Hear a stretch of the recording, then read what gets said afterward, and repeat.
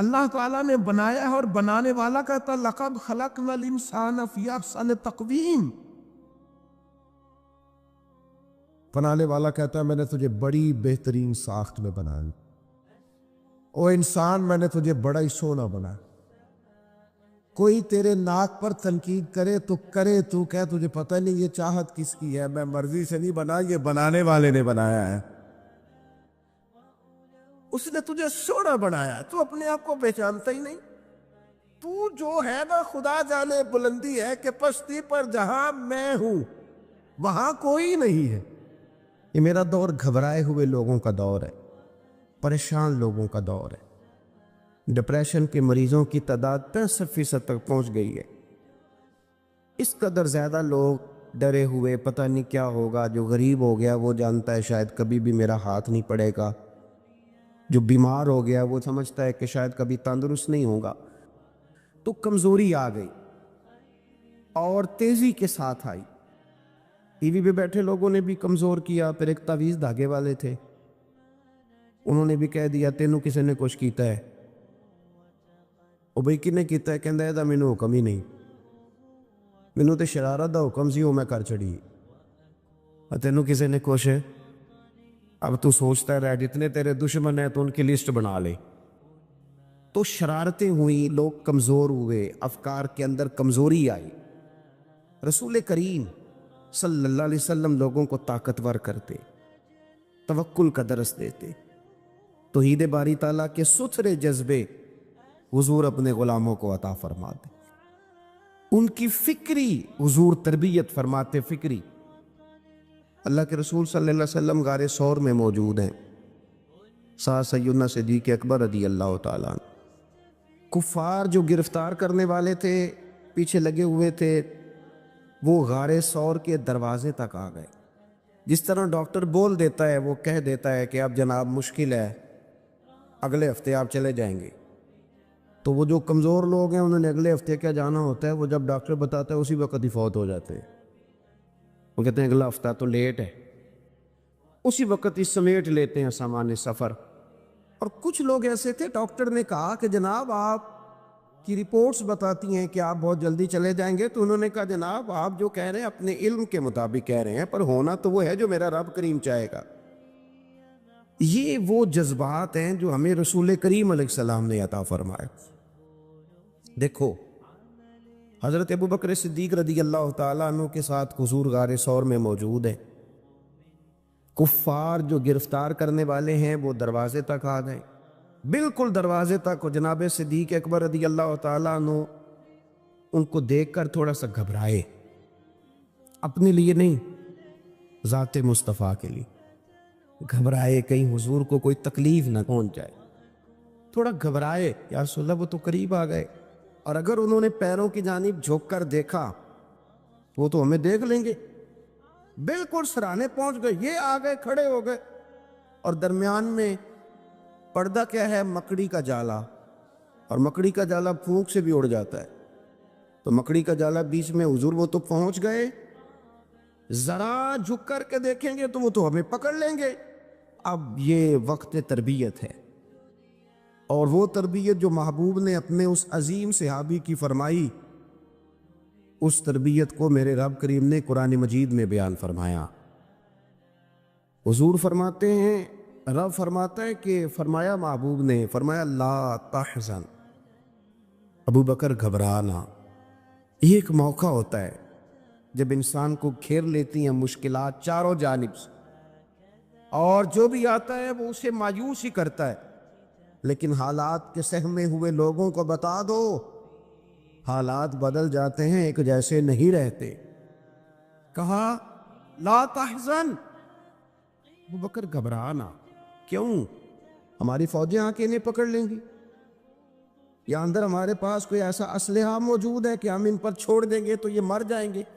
لا تحزن، ابو بکر گھبرائیے مت. کیوں نہ گھبرائیے؟ اس لیے کہ ان اللہ معنا، بے شک اللہ ہمارے ساتھ ہے. جن کے ساتھ رب ہو انہیں گھبرانا نہیں چاہیے. انہیں گھبرانا، یہ جو مسلح کی قوت ہوتی ہے، یہ دعا کی طاقت ہوتی ہے، دعا صلاح المومن. یہ جو قوت ہوتی ہے انسان کے پاس، یہ جو اس کے پاس ہتھیار ہوتا ہے کہ آج رات منا لوں گا میرا رب کرم فرما دے گا، یہ جو اس کے پاس قوت ہوتی ہے یہ اسے کمزور نہیں پڑنے دیتی، اسے طاقتور رکھتی. تو حضور نے افکار کے اندر یہ حسن پیدا کیا، لوگوں کو بتلایا کہ بجائے اس کے کہ تم کوئی چور رستہ تلاش کرو، کوئی سیاست کرنے کی کوشش کرو، تم کوئی ایسی راہ اختیار کرو جو تمہیں محسوس ہو کہ درست نہیں ہے، اس رستے نہ چلو، بلکہ تم اپنے رب کو منانے والے رستے پہ چلو. اور ترمذی شریف میں حدیث ہے، حضرت انس بن مالک رضی اللہ تعالیٰ عنہ فرمانے لگے کہ کریم محبوب علیہ السلام فرماتے ہیں کہ اپنے دکھڑے دنیا داروں کو نہ بتانا، سیٹھوں، نوابوں، چودھریوں، چاولوسی کرنے کی ضرورت کوئی نہیں. اپنے دکھڑے دنیا داروں کو نہ بتانا ورنہ اللہ تمہیں کبھی غنی نہیں فرمائے گا. فرمایا اپنے دکھ اپنے رب کریم کی بارگاہ میں عرض کرنا، جلدی یا دیر سے اللہ تمہیں لوگوں سے بے نیاز کر دے گا. تربیت فرمائی. ہم لوگوں نے تیزی سے اپنے آپ کو کمزور کیا ہے. توجہ کا مرکز دنیا دار. وہ اکبر الہآبادی نے کہا تھا کہ مصیبت میں بھی اب یاد خدا ہم کو نہیں آتی، دعا منہ سے نہ نکلی جیبوں سے عرضیاں نکلی. اب بنا لوگ درخواستیں جمع کراتے ہیں، دعائیں نہیں کرتے. تو بھائی ایک تو یہ کہ توحید باری تعالیٰ کے بارے میں اصل نظریات، افکار کا حسن، پاکیزگی، اور آپ کا اپنے رب کی جانب پورا توجہ کرنا. ہمارے ہاں اب تو خیر کرامتیں فیس بک پہ آتی ہیں اور لوگ اس کا سوال بھی بڑا تگڑا کر کے کرتے ہیں. اور جو بچے چھوٹے موٹے ہماری طرح طالب علم ہوتے ہیں، کچھ کتابیں پڑھنے والے دین کے، وہ کئی دفعہ الجھ جاتے ہیں کہ اب اس کو ٹیلی کیسے کریں، ساتھ کیسے جوڑیں. ایسی کرامتیں اور کرامت بیان کرنا بھی لوگوں نے ذمہ داری سمجھ لیا ہے. حالانکہ جڑے محرم راز حقیقت دے وہ تے راز حقیقت کھول دے ہی نہیں. اے جنہ ویکھیا نہیں وہ کرن گلاں، جنہ ویکھ لیا وہ تے بول دے ہی نہیں. تو بات ہی نہیں کرتے. تو کرامت نا جوڑ جاڑ کے نا کہیں فٹ کی جاتی ہے. آپ کو بخاری مسلم میں حدیث ملے گی، کوئی بھی ایسی اوہام پرستی، کوئی بھی ایسا نظریہ، کوئی بھی ایسی بات جو ذہن کو منتشر کرے. یعنی ابھی تک لوگ کہہ دیتے ہیں ہمارے کہ وہ کالی بلی رستہ کاٹ گئی تھی. تو معاملہ بڑا، میں ملتان شریف پہنچا تو مجھے وہاں ایک میرے سنگی کہنے لگے، بڑا پرانا ان سے ربط ہے، کہنے لگے کہ میں نے آج نہ تجربہ کیا ہے، ویسے واقعی کالی بلی رستہ کاٹی ہے تو مشکل ہو گئی ہے. میں نے انہیں کہا کہ آپ کا تجربہ سجدہ صاحب کا محتاج ہے، آپ کو دوبارہ سے تجربہ کرنا چاہیے. خدا کے بندے، کالی بلی رستہ کاٹ جائے تو مشکل ہوتی ہے، تو میرا تو سارے رستے، کئی کالی گاڑیاں رستہ کاٹ گئی ہیں. اب کیا کیا جائے؟ ایک کمزوری ہے، افکار میں کمزوری نہیں پیدا کریں، کچا پن نہ پیدا کریں، آپ مضبوطی لائیں. بخاری مسلم میں آپ کو حدیث ملے گی، سرور کائنات علیہ السلام کے صاحبزادے جناب ابراہیم علیہ السلام وصال فرما گئے، اور کیفیت یہ تھی کہ انہوں نے حضور کی مقدس گود میں آخری سانس لیا. داڑھی مبارک محبوب کی آنسوؤں سے بھر گئی. حضرت انس کہتے ہیں عرض کی یا رسول اللہ آپ بھی آنسو بہاتے ہیں؟ فرمایا میرا بیٹا گیا ہے تو آنسو نکل آئے ہیں، ورنہ میری زبان پہ وہی جاری ہے جس سے میرا رب راضی ہوتا ہے. اسی دن نا، جس دن سرکار کے صاحبزادے کا وصال ہوا، اسی دن سورج کو گرہن ہو گیا. کچھ لوگوں نے بات جوڑ دی، کہنے لگے کہ آج چونکہ حضور سید عالم علیہ السلام کے صاحبزادے کا وصال ہو گیا ہے تو آج دیکھو سورج کو بھی گرہن ہو گیا ہے. بات جوڑ دی. غم کی کیفیت تھی، سرکار کی مقدس داڑھی آنسوؤں سے بھری ہوئی تھی، حالات کا تقاضا اور اس کی سمت کچھ اور تھی. حضور نے جمعے کا انتظار نہیں فرمایا، فرمایا بلاؤ لوگوں کو مسجد میں. لوگ جمع ہو گئے اور صحابہ فرماتے ہیں ہمارے خیال میں یہ تھا کہ یہ موقع نہیں تھا. آج نہ جہاد کے لیے کوئی حکم آنا ہے، کس مقصد کے لیے حضور نے طلب فرمایا، لیکن جب ہم گئے اتنا ضروری کام ہے نظریات کا صاف ہونا کہ اللہ کے محبوب نے لوگوں کو اسی دن بلا کے فرمایا لوگوں سنو، سورج اور چاند کو جب گرہن لگے تو استغفار پڑھا کرو، تسبیحات کیا کرو، نوافل ادا کیا کرو، اللہ کے حضور حاضر ہوا کرو۔ فرمایا یہ سورج اور چاند کو جب گرہن لگے تو یہ اللہ کی نشانیوں میں سے نشانی ہوتا ہے، کسی بندے کے دنیا سے جانے کا اس کے ساتھ کوئی تعلق نہیں۔ تم نے اپنے ذہن کو ٹھیک رکھنا، افکار کو ٹھیک رکھنا، کسی بھی قسم کی تم نے اوہام پرستی کا شکار نہیں ہو۔ مضبوط رہیں، مضبوط رہیں، اٹھ باندھ کمر کیوں ڈرتا ہے، پھر دیکھو خدا کیا کرتا ہے۔ آپ مضبوط رہیں، جب مضبوط رہیں گے تو انشاءاللہ توانائی اللہ کی طرف سے عطا کر دی جائے۔ دوسری بات، نبی پاک صلی اللہ تعالیٰ علیہ وسلم نے تمام انبیاء کرام علیہم السلام کے بارے میں لوگوں کے ذہنوں کی اصلاح کی۔ آپ کبھی قرآن حکیم کا مطالعہ فرمائیں، احادیث مبارکہ کو پڑھیں تو میرے محبوب کریم کی شان یہ ہے کہ حضور انبیاء کی شانیں بیان کرتے ہیں۔ حضرت موسیٰ کلیم اللہ ہیں، کس نے ہمیں بتایا؟ قرآن و حدیث نے بتایا۔ شانیں بیان کی نبیوں کی، عظمتیں بیان کی۔ حضرت ابراہیم خلیل اللہ ہے، یہ ہمیں قرآن نے بتایا، حضور نے بتایا، لیکن ساتھ ہمیں یہ بھی بتایا کہ ہیں یہ اللہ کے بندے، ہیں یہ اللہ کے رسول۔ نبی پاک صلی اللہ تعالیٰ علیہ وسلم نے افکار اور نظریات انبیاء کے بارے میں لوگوں کے درست فرمائے۔ مجموع الزوائد میں حضرت مولا علی شیر خدا رضی اللہ تعالیٰ عنہ کی حدیث مروی ہے، ایک بدو آ گیا حضور کی بارگاہ میں کچھ مانگنے کے لیے۔ مولا کائنات رضی اللہ تعالیٰ عنہ فرماتے ہیں سرکار جب کسی بات کا جواب نہ دینا چاہتے تھے تو خاموش ہو جاتے تھے، کچھ دیر خاموش رہتے تھے، اور حضور کا خاموش رہنا بھی ہمارے محدثین نے محفوظ کیا ہے۔ اقسام حدیث میں سے ایک حدیث ہے جسے حدیث تقریری کہا جاتا ہے، وہ حدیث ہے جس میں حضور خاموش رہے، کوئی کام کیا گیا تو سرکار خاموش رہے۔ حضرت مولا علی کہتے ہیں حضور خاموش ہو گئے، لیکن چونکہ دیہاتی تھا، سادہ تھا، اس نے جب بار بار گفتگو چھیڑنا چاہی تو پھر حضور نے فرمایا چل پھر مانگ لے کیا مانگتا ہے، مانگ لے پھر کیا مانگتا ہے، کر سوال۔ دیہاتی تھا، سادہ آدمی تھا۔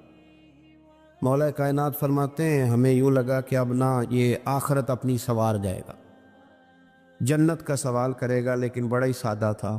مانگنے پہ بھی آیا تو کیا مانگا؟ کہنے لگا یا رسول اللہ صلی اللہ علیہ وسلم میں نے سفر کرنا ہے، مجھے ایک اونٹنی عطا کر دیتے۔ حضرت سلطان باہو سے کسی نے کہا کہ بڑے لوگ مرید ہوتے ہیں، تو فرمانے لگے رابطہ طالب کوئی نہیں ملے، جو ملیا طالب زرد آؤ۔ تو بہت سارے لوگ ایسے آتے ہیں جو کامل شیخ کے پاس بھی آ کے کہتے ہیں دکان کوئی نہیں چلتی، یہ تو کسی سیٹ سے مشورہ کر لیتے، کاروبار چلانے کا آپ کو ڈھنگ بتا دیتا۔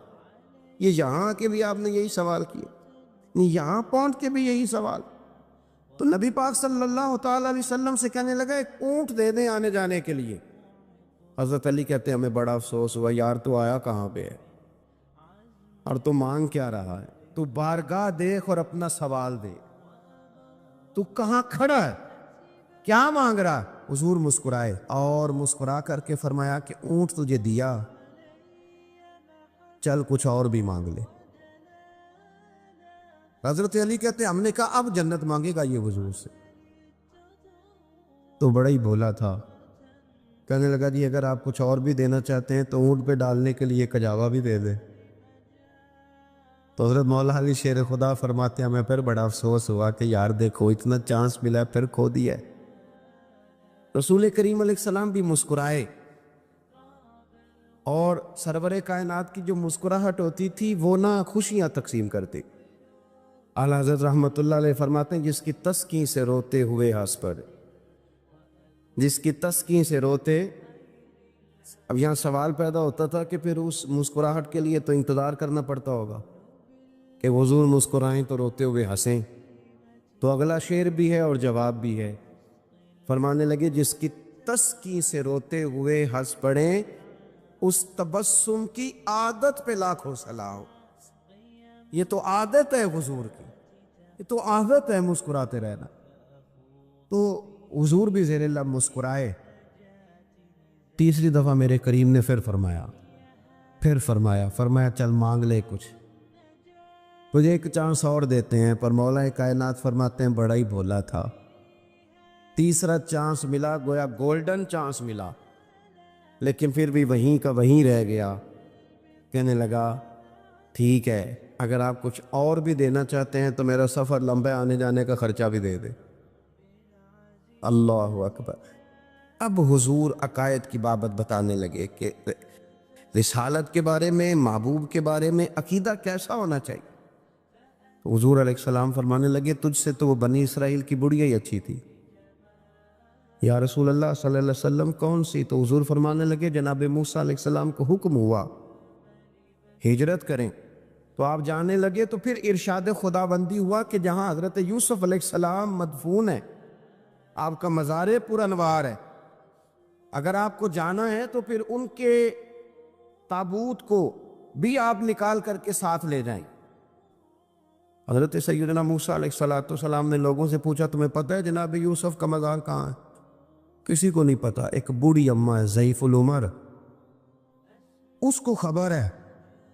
حضرت موسیٰ علیہ السلام نے اس سے کہا اماں تو بتائے گی کہ حضرت یوسف کا مزار کہاں ہے؟ تو کہنے لگی بتاؤں گی پر مفت نہیں بتاؤں گی، یہ حضور بیان کر رہے، بتاؤں گی پر فری میں نہیں بتاؤں گی، میں نا مفت تھوڑی بتاؤں گی۔ فرمایا چل تو اپنی قیمت بتا بتانے کی۔ تو کہنے لگی میں اس شرط پہ جناب یوسف کے مزار کا پتہ بتاؤں گی کہ آپ مجھے جنت میں وہ والا گھر دیں گے جس کے پڑوسی جناب موسیٰ علیہ السلام ہو۔ آپ کے پڑوس میں گھر چاہیے، تجھ سے تجھی کو مانگ کے میں نے مانگ لی ساری کائنات، وہ والا مکان چاہیے جس کے پڑوسی آپ ہوں۔ تو حضرت موسیٰ کلیم فرمانے لگے اماں چل جنت مانگ، تو نبیوں کے قریب مکان مانگ رہی ہے، وہ تو بڑا اونچا درجہ ہوگا، تو بڑی دور پہنچ گئی، اتنی بڑی سوسائٹی میں پلاٹ مانگ لیا، وہاں پہنچ گئی۔ تو بوڑھی کہنے لگی ٹھیک ہے پھر اگر یہ معاملہ ہے تو پھر ختم ہو گئی بات، اگر آپ نہیں بتاتے تو جائے میں بھی نہیں پتہ بتاتی۔ جب وہ اڑ گئی، ٹھہر گئی، اور اڑی بھی کس طرح، یہ بھی میرے اللہ کی توفیق، میری طلب بھی تو تیرے کرم کا صدقہ ہے، میری طلب بھی تو تیرے کرم کا صدقہ ہے، یہ پاؤں اٹھتے نہیں بلکہ یہ اٹھائے جاتے ہیں۔ تو وہ کہنے لگی میں نہیں پھر بتاتی، آپ کسی اور سے پوچھ لیں۔ جناب موسیٰ خاموش ہوئے تو ارشاد خداوندی ہوا کلیم اپنے پڑوس میں مکان دینے کا وعدہ آپ کر لیں اور مکان انہیں میں عطا کر دوں گا۔ تو حضور سید عالم صلی اللہ تعالی علیہ وسلم نے اس بدو کی موجودگی میں تربیت فرمائی صحابہ کی، یہ چیزیں بھی حضور نے عطا فرمائی۔ لیکن جب تمہیں کہا جائے مانگو تو پھر یہ کریم رسول کا دروازہ، مانگیں گے مانگے جائیں گے اور منہ مانگی پائیں گے۔ سرکار میں نہ لا ہے نہ حاجت اگر کی، تو افکار کا حسن نبی کریم علیہ السلام خود بیان کرتے ہیں۔ حضور فرماتے ہیں اگر میں چاہوں تو میرے ساتھ سونے کے پہاڑ چلا کرے، یہ میرے ساتھ ساتھ قدم بقدم رہے، جتنا سونا چاہوں بانٹوں تقسیم کروں، میں چاہوں تو سونے، یہ شان ہے۔ اور پھر میرے محبوب کی شان تو یہ ہے کہ حضور تو اللہ کے محبوب ہیں، لیکن سیدہ عائشہ صدیقہ رضی اللہ تعالیٰ عنہا ارشاد فرماتی ہیں نبی پاک تکیہ لگا کر کھانا نہیں کھاتے تھے۔ حضور فرماتے تھے میرا دل کرتا ہے میں اس طرح کھانا کھاؤں جیسے ایک عام بندہ کھانا کھاتا ہے، اور میرا دل کرتا ہے میں اس طرح بیٹھوں جس طرح ایک عام آدمی بیٹھتا ہے، کوئی امتیاز، کوئی تقسیم۔ میں بڑا چھوٹا آدمی ہوں، اللہ مجھے معاف کرے، میرے اسا فرمایا کرتے تھے چودھری صاحب کا پیر کوئی نہیں ہوتا، مالدار کا پیر اور پڑھے لکھے آدمی کا پیر یہ خود پیر ہوتے ہیں، جدے کر دانے او دے کملے بھی، پیسے جو پاس ہیں اور ڈگریاں پاس ہوں تو پھر بھی اور علماء مجھ سے ناراض نہ ہو جائیں تو حضرت فرمایا کرتے تھے علماء خلیفے ہوتے ہیں، مرید نہیں ہوتے، یہ خلفاء ہوتے ہیں۔ یہ مرید تو وہ ہوتا ہے جو بیچارہ انکساری کے ساتھ پیچھے ہوتا ہے کہ میں کچھ سیکھ لوں۔ تو اگر اللہ تعالیٰ کسی وقت انسان کو شان دے، امام فخر الدین رازی فرماتے ہیں، دیکھیے نا، ایک ہے انسان کے حالات بڑے کمزور ہے تو وہ عاجزی دکھا رہا ہے، انکساری، اور ایک یہ ہے کہ پوری بلندیاں اللہ نے دی، ایک دفعہ پورا عروج اللہ نے عطا کیا ہے لیکن پھر بھی اس میں عاجزی رہے، انکساری رہے۔ اس کا مطلب یہ ہے کہ وہ بندگی کر رہا ہے، وہ جھکا ہوا ہے۔ امام فخر الدین رازی فرماتے ہیں جب نبی پاک علیہ السلام کو اللہ نے معراج پہ بلایا نا، معراج پہ، یعنی اتنا اونچا کوئی نہ گیا ہے نہ کبھی جا سکتا ہے جہاں مدینے والے محبوب تشریف لے گئے۔ امام رازی کہتے ہیں معراج میں جب ساری وسعتیں اور ساری بلندیاں نبی پاک علیہ السلام گزر گئے اور کائنات کی ہر چیز نیچے رہ گئی، کیا نوری کیا خاکی سب نیچے رہ گئے، ایک محبوب تھا، ایک محب تھا، ایک خالق تھا، ایک اس کی مخلوق اول تھی۔ نبی کریم علیہ السلام جب اللہ کی بارگاہ میں بیٹھ گئے تو رب کریم نے کہا محبوب مجھے بتائیے آپ کو کس نام سے پکاروں، محبوب بتاؤ نہ کس لقب سے ملقب کروں، آج آپ میرے سامنے بیٹھے کس لقب سے یاد کروں؟ تو یہ شان دیکھو میرے کریم محبوب کی، کہا اے اللہ میرا دل کرتا ہے تو مجھے اپنا بندہ کہہ کے پکارے، متائے بے بہا ہے درد و سوز آرزو مندی، مقام بندگی دے کر نہ لو شان خدا بندی۔ رسول کریم نے امت کو بتایا جو رب کا بندہ کہلانے میں مزہ ہے نا وہ کسی اور چیز میں نہیں ہے۔ مالک مجھے اپنا بندہ یا عبدی، بندہ کہہ کے بلا، تیرا بندہ کہلانے میں جو مزہ ہے، عاجزی انکساری، یہ انسان کو بڑا نوازتی ہے۔ صحیح مسلم میں حدیث ہے، ایک خاتون حضور کی بارگاہ میں آئی جس کی عقل میں کچھ تھوڑی کمزوری تھی، حواس پورے درست، ہم اپنے لفظوں میں دیوانہ کہتے ہیں، کچھ لوگ اب نارمل بھی کہتے ہیں ایسے آدمی، ذہنی توازن پوری طور پہ ٹھیک نہیں تھا۔ وہ خاتون حضور کی بارگاہ میں آئی اور اس نے عرض کی یا رسول اللہ مجھے آپ سے کام ہے۔ تو نبی پاک علیہ السلام نے فرمایا تو مدینے کی جس گلی میں کہے گی میں کھڑے ہو کے تیری بات سننے کو تیار ہوں۔ وہ حضور کو لے گئی ایک کونے میں، لے جا کے اس نے اپنی ساری بات سنائی اور مدینے والے محبوب نے ساری بات سنی۔ ایک طرف شان یہ ہے کہ محبوب معراج کی بلندیوں پر اللہ کے قرب خاص میں بیٹھے ہیں، اور دوسری طرف حال یہ ہے، عاجزی یہ ہے کہ ایک وہ امت کی خاتون جس کا ذہنی توازن ٹھیک نہیں ہے، مدینے کی گلی میں کھڑے ہو کے کریم اس کی باتیں بھی سن رہے ہیں۔ جب اللہ تعالیٰ شان عطا کرے، بلندیاں عطا کرے تو پھر انسان کو تھوڑا سا سمجھنا چاہیے۔ اچھا ایک وقت ایسا آتا ہے جب کچھ لوگ بندے کو تکلیف دیتے ہیں، پھر ایک ٹائم ایسا آتا ہے وہ تکلیف دینے والے اس کے سامنے آ کے بیٹھ جاتے ہیں، عاجزی کرتے ہیں۔ مکے والوں نے بڑی تکلیف دی، پھر بدر والی دن وہ قابو آ گئے، گرفتار ہو گئے۔ اب آپ کو پتہ ہے بندے کے جب وہ بندہ قابو آ جائے نا جس نے تکلیف دی ہو تو لوگ دانت پیستے ہیں، شدید غصہ کرتے ہیں، آیا نا میری داڑھ کے نیچے، اب دیکھنا میں حشر کیا کرتا ہوں۔ سخت ترین سزا دینے کو جی چاہتا ہے، لیکن مکے والے قیدی بن کے آئے تو نبی پاک نے نہ ان کی آنکھیں نکالی، نہ کان کاٹے، نہ قتل کیا، بلکہ معمولی سا فدیہ فرمایا یہ دو جرمانہ اور جاؤ، اور صحابہ سے کہا ان قیدیوں کو اپنے اپنے گھروں میں لے جاؤ اور ان کی خدمت کرنا۔ وہ قیدی بتاتے ہیں کہ قربان جائیں اس حسن سلوک پر کہ جن کے گھروں میں ہم قیدیوں کو رکھا گیا تھا وہ خود کھجوریں کھا کے گزارا کرتے تھے، ہمیں کھانے کھلایا کرتے تھے، خود کھجور پانی پر گزارا کرتے۔ ایک شخص ان میں تھا، ابو ایذا اس کا نام تھا، وہ شاعر تھا، اس نے نبی پاک علیہ السلام کی خدمت میں عرض کی یا رسول اللہ میری 5 بیٹیاں ہیں، میں فدیے کی رقم بھی کوئی نہیں دے سکتا، اگر آپ مجھے ویسے ہی آزاد کر دینا تو نہ آج کے بعد اسلام کی مخالفت کروں گا نہ کسی اور کو ابھاروں گا۔ یہ 5 بیٹیوں کی بات کرنے والا بندہ یہ پہلے تلوار لے کے آیا ہے مسلمانوں کے خلاف لڑنے، یہ پھول لے کے نہیں آیا، یہ تلوار لے کے پہلے لڑنے آیا ہے۔ اب جب قابو آ گیا تو کیا کہہ رہا ہے؟ میری 5 بیٹیاں۔ تو سوال یہ کھڑا ہوتا تھا کہ بھائی جب تم مسلمانوں کے خلاف تلوار لے کے نکلا تھا، نیزے لے کے آیا تھا، اسلحہ باندھ کے آیا تھا، تب تیری 5 بیٹیاں نہیں تھی؟ قابو آ گیا تو کہتا ہے 5 بیٹیاں اور میں فدیہ بھی نہیں دے سکتا، جرمانہ بھی نہیں دے سکتا، آزاد کر دے۔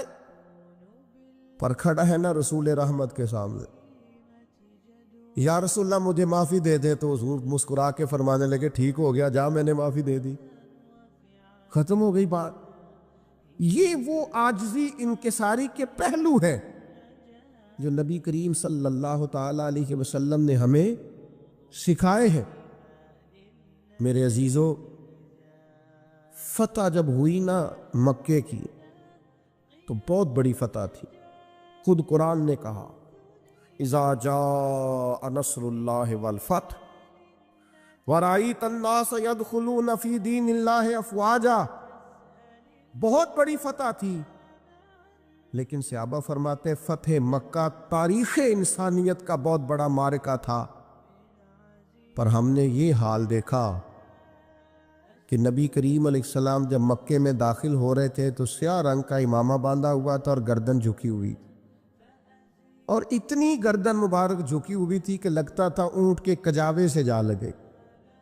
عاجزی سے، انکساری سے، جیسے جیسے پھل لگ جاتا ہے درخت ویسے ویسے جھک جاتا ہے۔ تو جب اللہ تبارک و تعالیٰ کسی شخص کو عروج دے، حالات اچھے کرے، تو پھر اسے کیا کرنا چاہیے؟ ایک خاص پہلو آپ کی خدمت میں عرض کرنا ہے۔ کچھ لوگوں سے نا لوگ پیار کرتے ہیں۔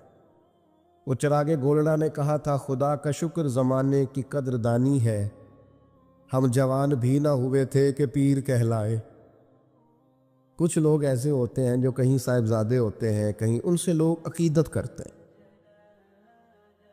خدا کا شکر زمانے کی قدردانی لیجیے۔ جو پیر ہے نا، یہ فارسی کا لفظ ہے، پیر بوڑھے کو کہتے ہیں اصل میں، ہمارے عرف میں پیر رہنما کو کہتے ہیں، لیکن پیر بیسیکلی بوڑھے آدمی کو کہتے ہیں۔ تو پیر نصیر الدین کہتے ہیں کہ خدا کا شکر زمانے کی قدردانی، ہم جوان بھی نہ ہوئے تھے کہ پیر کہلائے۔ ایسا ہوتا ہے کئی دفعہ۔ یہ جو عقیدتیں ہوتی ہیں نا، جن لوگوں سے لوگ عقیدت رکھتے ہیں، ان کا عاجزی والا ہونا بھی بڑا ہی ضروری، ان کا انکساری والا ہونا بھی۔ یہ جو مذہبی محبتیں ہوتی ہیں نا، یہ بڑی ڈاڈی ہوتی، جن سے لوگ دین کے نام پر محبت کرتے ہیں نا۔ ایک دفعہ ایک سابق MP صاحب میرے پاس آ گئے وقت لینے کے لیے، تو میں نے معذرت کی ان سے، میں نے کہا میرے پاس ٹائم نہیں ہے۔ تو کہنے لگے پیر صاحب بندے تے ساڈے مگر بھی بڑے نے، پر یہ وے کہ تساں نہ ہی کر چھڑیے۔ میں کہ تواڈے مگر جڑے نے نا وہ ووٹ دیندے نے، تے ساڈے مگر جڑے نے وہ جان دیندے نے،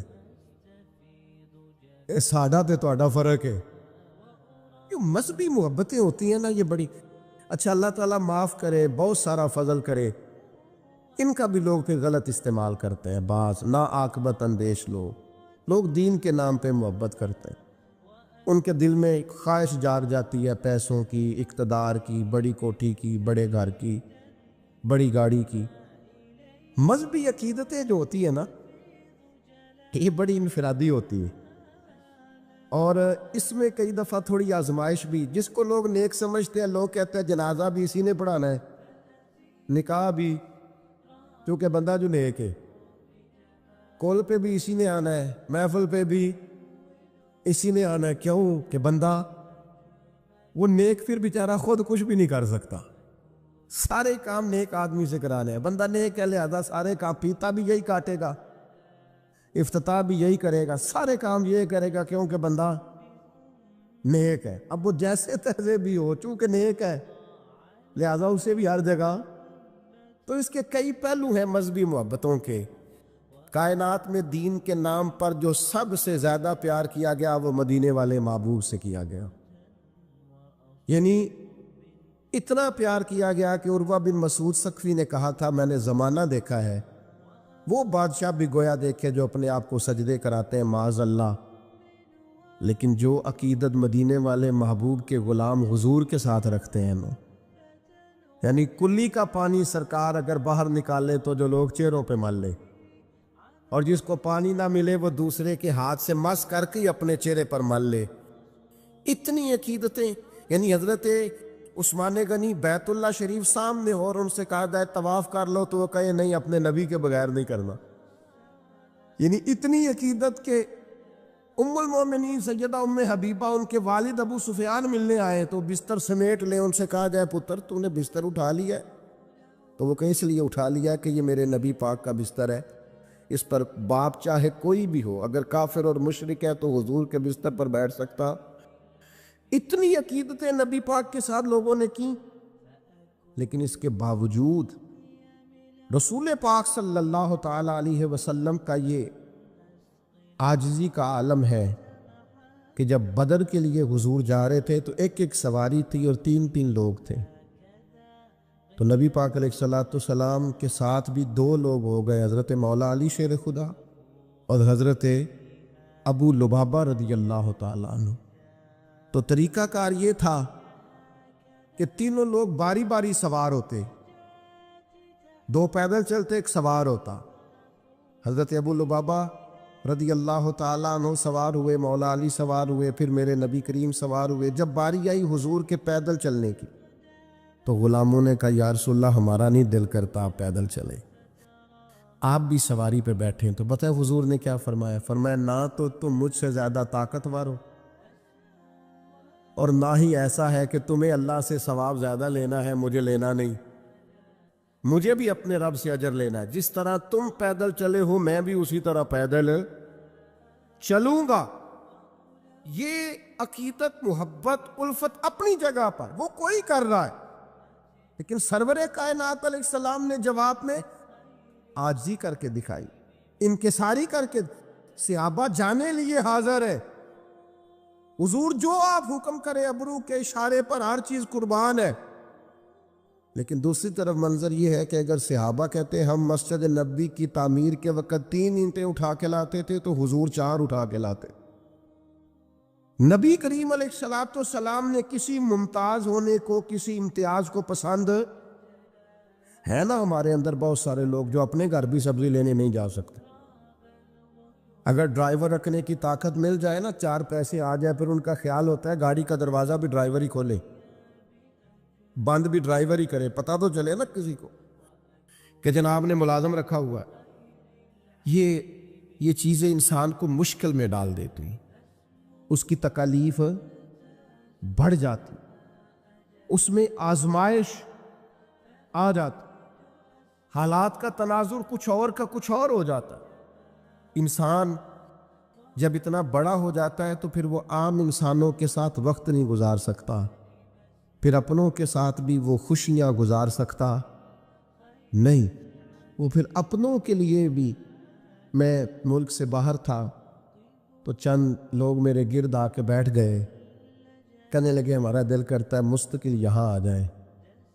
انہوں نے کئی باتیں کی، یہ کام دین کا زیادہ ہو جائے گا، یہ کام دین کا زیادہ ہو جائے گا، یہ کام دین کا زیادہ ہو جائے گا. تو میں نے ان سے کہا اگر میں وہاں بیٹھ کے آپ تک پہنچ گیا تھا نا اور آپ وہاں بیٹھے مجھے جاننے لگے تو میں تو ایک چھوٹی سی مسجد میں جمعہ پڑھانے والا آدمی، اگر وہاں بیٹھ کے دین کا کام یہاں پہنچ گیا ہے تو انشاءاللہ وہاں بیٹھ کے باقی جگہوں پر بھی پہنچ جائے گا.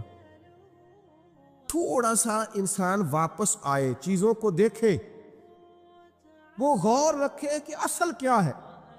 ممتاز ہو جانا، الگ الگ نظر آنا، لہجے کے اندر ترشروئی رکھنا اور کہنا کہ جناب میں ایک خاص آدمی ہوں، میرا وقار الگ ہے، میری ملاقات الگ ہے، میرا پروٹوکول الگ ہے، ان سے انسان تکلیف میں آ جاتا. آپ یقین کریں جن لوگوں کو عادت ہو جاتی ہے نا اسٹیج پہ بیٹھنے کی، وہ تو محفل کی لذت ہی نہیں لے پاتے.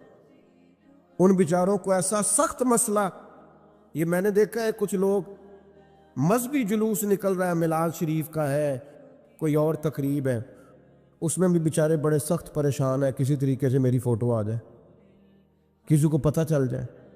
تو بھائی مذہبی عقیدتیں ہوں یا کسی قسم کی بھی، آپ اپنی عاجزی کو برقرار رکھیں گے، اپنی بندگی کو کبھی بھی آپ ادھر ادھر نہیں ہونے دیں گے۔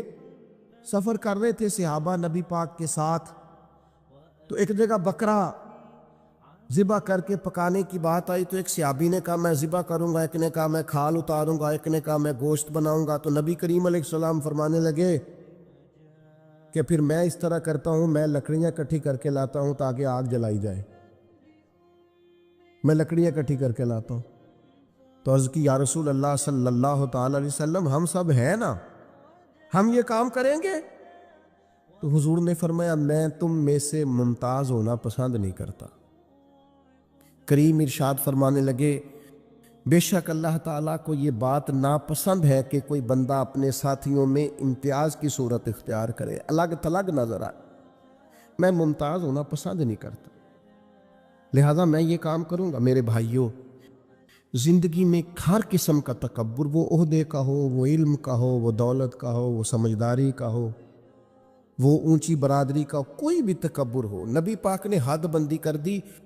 فرمایا رائی کے دانے کے برابر بھی اگر تکبر ہوا، رائی کے، پتہ ہے نبی پاک علیہ الصلوۃ والسلام کو اللہ نے عقل کتنی عطا کی؟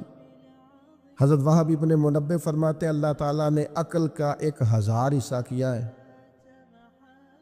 ایک حصہ عقل اللہ نے ساری دنیا کو عطا فرمائی، اسی سے ڈاکٹر ہے، اسی سے انجینئر ہے، اسی سے سائنسدان ہے، اسی سے علماء ہے، سب اسی سے بنے، جو ایک حصہ عقل اللہ نے دنیا میں نازل کی۔ فرمایا باقی 999 حصے عقل کے اللہ نے اپنے حبیب کو عطا فرمایا۔ حضور نے حضرت رقیہ رسول پاک صلی اللہ علیہ وسلم کی دوسری صاحبزادی، سب سے بڑی جناب زینب ہے، دوسری رقیہ ہے، ان کا نکاح حضرت عثمان غنی کے ساتھ فرمایا۔ اور حضرت عبداللہ بن حزم فرمایا کرتے تھے سارے صحابہ ہی سونے تھے، پر صحابہ میں جو سب سے سونے تھے وہ حضرت عثمان غنی تھے۔ اونچا لمبا قد تھا، گھنی داڑھی تھی، حسن تھا، جمال تھا، اور شرمیلے تھے حضرت عثمان غنی، حیا والے۔ حضرت اسامہ بن زید رضی اللہ تعالیٰ عنہ فرمانے لگے، یہ طبرانی کی حدیث ہے، حضرت اسامہ بن زید کہتے ہیں گھر میں نا سالن پکا نبی پاک صلی اللہ علیہ وسلم، حضور نے سالن کھایا تو بڑا مزیدار لگا۔ یہ بھی دل کا انوکھا سودا ہے کہ جب کچھ چیز اچھی لگے تو پھر اپنے یاد آتے۔ آپ یقین کریں، پھر بندہ کہتا ہے تھوڑی پیک بھی کرا لوں بچوں کے لیے، اپنے یاد آتا۔ حضرت اسامہ بن زید کہتے ہیں سالن بڑا عمدہ تھا، گوشت پکا تھا، حضور نے تھوڑا سا برتن میں ڈالا، فرمایا جا میری بیٹی رقیہ کو دیا۔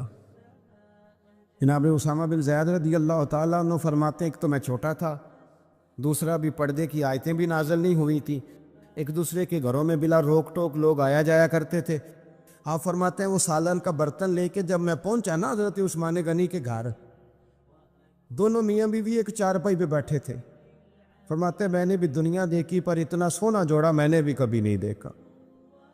آپ فرماتے ہیں کبھی میں سیدہ رقیہ کی جانب دیکھتا، کبھی حضرت عثمان غنی کو، اور مجھے بھول ہی گیا میں کس کام آیا ہوں، مجھے بھول گیا، میں محو ہو گیا۔ کہتے ہیں کہ وہ حضور کے داماد اور شہزادی کو دیکھ کے میری نظریں ہٹتی نہیں۔ کہتا جب میں دیر تک دیکھتا رہا تو عثمان غنی مسکرائے، فرمانے لگے اسامہ کدھر آئے تھے یار؟ تو جیسے بندے کی آنکھ کھل جاتی ہے۔ میں نے کہا جی میں سالن دینے آیا تھا۔ کہتے ہیں میں نے پیش کیا، جب میں واپس گیا سارے رستے پروگرام بناتا گیا کہ عرض کروں گا یا رسول اللہ، یہ چاؤ ہوتا ہے نا، یہ چاؤ ہوتا ہے۔ گاؤں میں کسی کی بارات آتی ہے تو پرانی عورتیں جو ہوتی تھی وہ دولہا دیکھ کے کہتی تھی اللہ نے بڑی سونی جوڑی ملا دی، کیا بات، یہ ایک چاؤ ہوتا ہے، شوق ہوتا ہے۔ حضرت سیدنا اسامہ بن زید فرماتے ہیں میں سارے رستے پروگرام بناتا گیا کہ عرض کروں گا حضور کمال ہے، کیا اللہ نے آپ کی شہزادی کو اور آپ کے داماد کو نوازا ہے، کمال ہے۔ کہتے میں پروگرام بناتے جا رہا تھا، لیکن جیسے ہی میں پہنچا حضور کے حجرے میں قدم رکھا، مجھے بتانا ہی نہیں پڑا، حضور مسکرا کے فرمانے لگے اسامہ میری بیٹی اور میرے داماد کو دیکھا؟ یا رسول اللہ دیکھا، فرمایا اتنے سونے لوگ پہلے بھی کبھی دیکھے ہیں؟ میں نے عرض کی حضور نہیں، میں نے پہلے، کیا بریلی کے امام کا انداز ہے، فرماتے ہیں تیری نسل پاک میں ہے بچہ بچہ نور کا، کیونکہ تو ہے عین نور تو تیرا سب گھرانہ ہی نور کا۔ حضرت عثمان غنی رضی اللہ تعالیٰ عنہ اور جناب رقیہ، خوبصورت ترین، اچھا مکہ شریف میں بڑے ظلم کیے لوگوں نے مسلمانوں پہ، مسلمان مجبور ہو گئے ہجرت کرنے کے لیے۔ ایک ہجرت مدینہ شریف سے پہلے ہوئی تھی، اس کو ہجرت حبشہ کہا جاتا ہے۔ اس ہجرت حبشہ میں نبی پاک کی شہزادی جناب رقیہ بھی شامل تھی اور حضرت عثمان غنی بھی شامل تھے۔ حضرت رقیہ نے اجازت مانگی، یا رسول اللہ سب لوگ حبشہ جا رہے ہیں تو میں اور عثمان بھی چلے جائیں؟ تو نبی پاک صلی اللہ علیہ وسلم نے فرمایا چلے جاؤ، یہاں کافر تنگ کرتے ہیں، وہاں جا کے یکسوئی سے رہو گے۔ یہ دونوں میاں بیوی چلے گئے، ہجرت کر لی حبشہ کی جانب، اللہ کے راستے میں۔ حدیث میں مجموع الزوائد میں جو لفظ ہے نا وہ نرالے ہیں۔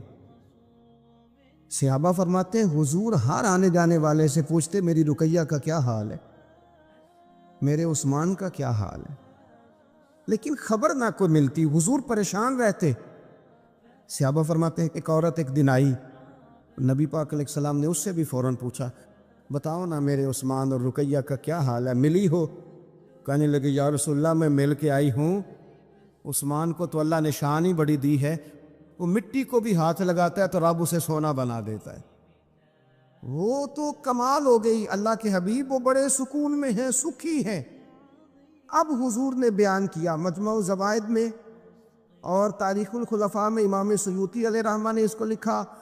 اب یہاں نبی پاک علیہ السلام فرمانے لگے، حضور فرمانے لگے اللہ کے نبی حضرت لوط علیہ السلام وہ تھے جنہوں نے اپنی بیوی کے ساتھ اللہ کے راستے میں ہجرت کی تھی۔ حضرت لوط علیہ السلام، ہجرت بہت بڑا مقام ہے اگر کوئی دین کے لیے کرے، لیکن صحابہ نے ہجرت کی تو اکیلے اکیلے، حضرت ابو بکر بھی ہجرت کر کے گئے تو اکیلے، حضرت عمر بھی گئے تو اکیلے، لیکن حضور فرمانے لگے انبیاء میں سے حضرت لوط علیہ السلام نے ہجرت کی تھی اپنی بیوی کے ساتھ، چونکہ گھر والوں کو لے کے ہجرت کرنا مشکل ہوتا ہے، جو کام مشکل ہو اس پہ اجر بھی زیادہ ملتا ہے۔ حضرت لوط نے ہجرت کی تھی اپنی بیوی کو لے کے، فرمایا جناب لوط سے لے کر آج تک دوبارہ اگر کسی جوڑے کو ہجرت کرنے کی سعادت ملی ہے تو میرے عثمان اور میری بیٹی رقیہ کو ملی ہے۔ فرمایا عثمان نے اپنی بیوی سمیت ہجرت کی ہے۔ حضرت لوط علیہ السلام سے لے کر عثمان غنی تک، اگر کبھی آپ اس پہلو کو سمجھے تو بڑا ذائقہ دے گا کہ گھر بار چھوڑا ہے، ہر چیز قربان کی ہے، کس لیے؟ اللہ اور اللہ کے رسول کے لیے۔ تو یہ پہلا نبی پاک صلی اللہ علیہ وسلم نا اس جوڑے سے پیار کرتے، حکمتیں۔ ہمارے ہاں پتہ کیا ہوتا ہے، کچھ دکھ نا ہم نے جان بوجھ کے گھڑ لیے ہیں، وہ دکھ نہیں ہیں، جان بوجھ کے۔ مثلاً ابا جی گئے بیٹی کے گھر میں شادی کے 2 4 5 مہینے کے بعد، تو واپس آ کے ابا جی رو پڑے، کیا ہو گیا جی آپ کو؟ کہتے ہیں اوہو میری تھی تے اتنے کام ہی بڑے کر دی پئی، میں نے بڑے لاڈوں سے پالی تھی، بڑی لاڈلی تھی، وہ میں گیا ہوں چولہے کے آگے کھڑی تھی۔ یہ جعلی دکھ ہے، اپنے گھر کا کام کر رہی تھی کہ یہاں وہ اللہ معاف کرے اسے نوکری کرا رہے تھے۔ تو یہ جان بوجھ کے گھڑے ہوئے دکھ ہیں جن کا کوئی معنی نہیں، کوئی مطلب نہیں۔ اپنے گھر کا کام کر کے بچی کی صحت بھی ٹھیک ہوگی، اس کے نظریات بھی پختہ ہوں گے اور خامند کی عزت کرے گی، اسے راضی کرے گی، تو میرے رسول پاک نے فرمایا رب جنت بھی عطا فرمائے گا۔ لیکن یہ دکھ ہے جناب، ہو میں گیا گرمی بڑی سخت تھی، یعنی یہ دکھ ہے کوئی کہ میری بیٹی روٹیاں پکاتی ہے جی، شکر کر پکاتی ہے، اللہ کا احسان سمجھ۔ یہ تو دور ہے وسوسوں کا۔ میں تو کہتا ہوں اس میں جو بندہ زیادہ مصروف ہے نا، جس کو روٹی کھانے کا ٹائم بھی مشکل سے ملتا ہے، وہ بھلا آدمی ہے۔ تھک کے سوئے، یہ ٹینشنوں میں نہ پڑے، چگلیوں میں نہ پڑے، غیبت میں نہ پڑے، گلے نہ کرے، بری سوچ نہ اسے آئے، اچھا اللہ کا شکر ادا کر۔ اور یہ پرانے لوگوں کے اندر یہ خاص، آج کل تو میں دیکھتا ہوں سارے بیچارے نوجوان لڑکے انہوں نے جمعے والے دن ہینگر لٹکائے ہوتے ہیں، پیچھے سارے کپڑے دھوبی سے استری کرا کے لا رہے ہو، سارے پتہ نہیں کہاں کہاں کاج ہوتے ہیں، بھی نہیں سمجھ آتی۔ سب نے سائیکل پہ روٹیاں لٹکائی ہوتی، کھانا پا گیا روٹیاں لے آؤ، کون سے کام کی بات؟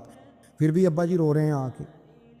اور یہ بچیوں کی ٹریننگ کریں، آپ یقین کریں یہ مفت کے رٹے ہیں، جھگڑے کیا ہو جاتا ہے۔ سنو میرے رسول پاک نے کیا فرمایا۔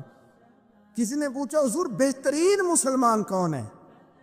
تو نبی پاک نے فرمایا جو سلام لینے میں پہل کرے اور روٹی زیادہ کھلائے۔ تو اگر آپ کی بیٹی کسی کو روٹی پکا کے کھلائے گی تو بہترین مسلمان بنے گی۔ کون سا دکھ آپ نے پالا؟ سنو میں آپ کو حدیث سناتا ہوں۔ میرے نبی کریم علیہ السلام حضرت عثمان غنی کے گھر تشریف لے گئے۔ جناب عثمان غنی کے حضور اچانک گھر پہنچے۔ حضرت ابو ہریرہ رضی اللہ تعالیٰ عنہ فرمانے لگے جب نبی پاک علیہ السلام ان کے حجرہ نور میں داخل ہوئے نا تو نبی پاک کی شہزادی سے بڑھ کر تو کوئی شہزادی نہیں نا، یہ تو وہ خواتین ہیں جن کو قرآن نے سب سے بہترین کہا۔ حضور کے گھر میں رہنے والے لوگوں کو حضور کی لخت جگر جناب رقیہ۔ حضرت ابو ہریرہ کہتے ہیں حضور اچانک پہنچے حضرت عثمان غنی کے گھر، تو جناب عثمان غنی چارپائی پہ بیٹھے تھے اور جناب رقیہ اپنے ہاتھوں سے ان کے بالوں میں پانی ڈال ڈال کے ان کے سر کو دھو رہی تھی۔ یعنی چکی بھی پیسیں جناب رقیہ، لیپا پوتی بھی کریں کچے مکان کو، گھر کا سارا کام کاج بھی کریں اور اپنے شوہر کے بالوں میں پانی ڈال کر وہ سر بھی دھوئے۔ حضور پہنچ گئے، جناب عثمان غنی کی نظر پڑی تو جھجک محسوس کی۔ حضرت رقیہ رضی اللہ تعالیٰ عنہ بھی ذرا ٹھہر گئیں۔ دیکھو میرے نبی پاک کی تربیت کا انداز۔ رسول کریم نے کیا فرمایا؟ نبی کریم فرمانے لگے رقیہ اپنے شوہر کی زیادہ خدمت کیا کر، رقیہ اپنے خاوند کی زیادہ خدمت کر۔ فرمایا میرے سارے صحابہ شان والے ہیں لیکن جس نے میرے اخلاق کو سب سے زیادہ دیکھنا ہو وہ میرے عثمان غنی کو دیکھے، یہ اخلاق میں مجھ سے زیادہ مشابہت رکھتا ہے، بیٹی زیادہ خدمت کیا کر اپنے شوہر کی زیادہ۔ یہ حضور نے تربیت دی، یہ نبی پاک علیہ السلام نے ہمیں بتلایا کہ اس طرح تمہارے گھر بنیں گے، اس طرح دکھ دور ہوں گے۔ لیکن جب ابا ہی گھر آ کے روئے گا اور اماں ہی بد دعا کرے گی کہ دیکھو میری بیٹی کو کیا حال کر دیا روٹیاں پکوا تو کیسے گھر چلے گا؟ سمجھیں آپ ان چیزوں۔ حضور سید عالم صلی اللہ تعالیٰ علیہ وسلم نے فرمایا اور خدمت کر۔ ایک دن پھر حضور گئے گھر میں تو جا کر کے پوچھا کہ عثمان غنی کہاں ہیں؟ تو جناب رقیہ اب چونکہ حضور نے کہا تھا زیادہ خدمت کر تو اس دن تو صرف بال دھوئے تھے نا، آج ایک بات بڑھ کے بیان کی۔ عرض کی یا رسول اللہ میں نے ان کے بالوں میں کنگھی کر کے انہیں باہر بھیجا ہے۔ آپ ذرا انداز دیکھیے شہزادی کے بات کرنے کی۔ حضور میں نے بالوں میں کنگھی کر کے بھیجا ہے۔ حضور مسکرائے، فرمایا رقیہ میں عثمان سے بھی راضی ہوں، پتر تجھ سے بھی بڑا ہی راضی ہو، میں تم دونوں سے بڑا راضی ہے۔ آپ دین اسلام کے اس خوبصورت ترین مزاج کو سمجھیں کہ میرے نبی کریم صلی اللہ تعالیٰ علیہ وآلہ وسلم نے ارشاد فرمایا کہ میں تم دونوں سے راضی ہوں۔ حضرت رقیہ رضی اللہ تعالیٰ عنہ کے گھر حضور سالن بھی بھیجیں، ان کی ہجرت کی بھی تعریف کریں، ان کے حسن کی بھی تعریف کریں، میاں بیوی کے آپس میں رشتے کو مضبوط کرنے کی بات کریں۔ جناب رقیہ بیمار ہو گئی، سیدہ رقیہ رضی اللہ تعالیٰ عنہ اس وقت بیمار ہوئی جب میرے نبی پاک صلی اللہ علیہ وسلم بدر کی تیاری میں تھے۔ حضور تشریف لائے، بیٹی کو بیمار دیکھا تو حضور غمگین ہوئے۔ حضرت عثمان غنی رضی اللہ تعالیٰ عنہ سے فرمانے لگے عثمان بدر میں ہم دونوں نہیں جائیں گے، یا میں رہ جاتا ہوں یا تو رہ جا۔ ایک روایت میں حضرت عثمان غنی فرمانے لگے یا رسول اللہ صلی اللہ علیہ وسلم آپ جو فیصلہ کریں مجھے منظور ہے۔ تو حضور فرمانے لگے میں نے تو کمان کرنی ہے نا، میں جاتا ہوں، تو میری بیٹی کی تیمارداری کر۔ حضرت عثمان غنی رضی اللہ تعالیٰ عنہ بدر میں شریک نہیں ہوئے، بدر میں گنتی میں لوگ 312 تھے، حضرت عثمان گئے نہیں، پر نبی پاک نے فرمایا عثمان چونکہ میری بیٹی کی تیمارداری کر رہا ہے لہٰذا وہ بدر میں نہیں بھی آیا، پھر بھی اللہ نے بدریوں میں شامل کر لیا، پھر بھی یہاں شامل ہے، اسے اجر بھی ملے گا اسے وہ جزا بھی ملے گی، نہ آن کر بھی وہ شامل ہے، اس لیے کہ وہ میری بیٹی کی خدمت میں مشغول ہے۔ حضرت عثمان غنی کی ذرا عظمت تو دیکھنا میرے بھائیوں۔ حضور جب بدر سے واپس آئے تو جناب رقیہ وصال کر گئی تھی، جناب عثمان انہیں دفن کر کے آ رہے تھے۔ اب بات آگے چلی، حضرت عثمان بھی غمگین رہنے لگے کہ میرا حضور سے قریبی رشتہ تھا، اب کیا بنے گا؟ یہ دنیا میں واحد انسان ہے حضرت عثمان غنی کہ کسی ایک شخص کو کسی نبی کی 2 بیٹیوں سے نکاح کرنے کا موقع ملا۔ حضور نے اپنی چھوٹی شہزادی حضرت ام کلثوم رضی اللہ تعالی عنہ کا نکاح بھی ان کے ساتھ کر دیا۔ میرے سامنے مجمع الزوائد پڑھی ہے۔ کچھ لوگوں نے پوچھا یا رسول اللہ آپ نے دوسری بیٹی کا بھی نکاح کر دیا؟ تو میرے رسول کریم نے فرمایا، نبی پاک فرمانے لگے میں نے خود سے نہیں کیا، میں نے اللہ کی وحی کے ساتھ، اللہ کے حکم کے ساتھ ام کلثوم کا نکاح عثمان غنی کے ساتھ کیا، اور فرمایا یہ تو میری دوسری بیٹی ہے نا، میری 40 بھی ہوتی، ایک کے بعد دوسری وصال کرتی رہتی، میں ساری عثمان غنی کے نکاح میں دے دے۔